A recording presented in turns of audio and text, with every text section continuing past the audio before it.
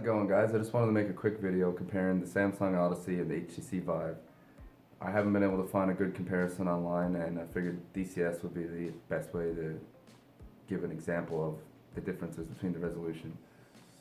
Everything I've found has been just like Steam Home, something like that with huge text. You're not going to be able to tell the difference, like something like if an MFCD in the A10.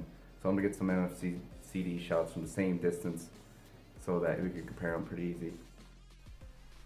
Okay, so I recorded this before I started to assemble the video, and I changed my mind about putting pictures in here. I just have these ones here for example, but they're gonna get compressed and made too small, so I'll have the full-size images in an album labeled with which headset they're from, and I'll have that down in the description.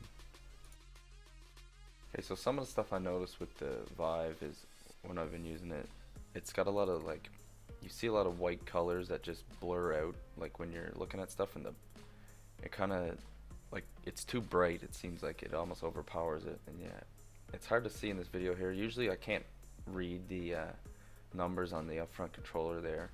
Most of the time I have to just guess where they are because I can't see those numbers just because they're so white, blurred out kind of.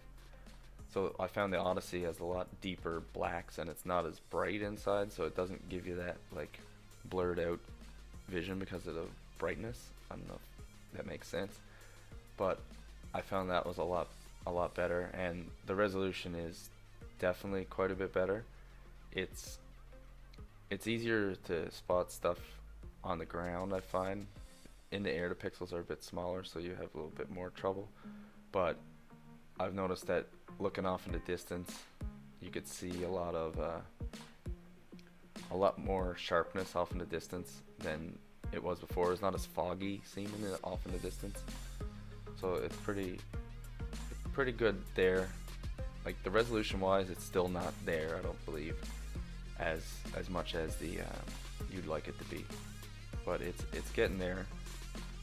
Maybe the Pimax 8K will be able to fill in the last bit of the gap there, because it should be about equal to run as this because it's pretty close to the same size panel.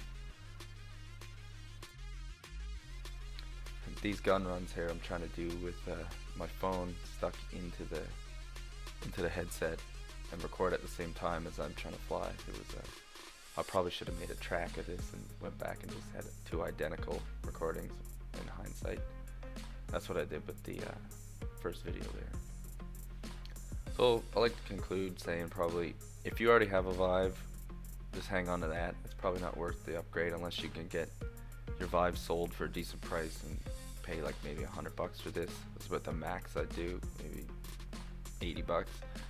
But if you don't have a Vive right now or anything, this would probably be the best bet right now, the Odyssey. I've played the other games, all my other Steam games and Fallout 4 and that. I found like you could see the gun sights a lot easier now. You can aim a lot better. It's just so much more crisp in their sharpness.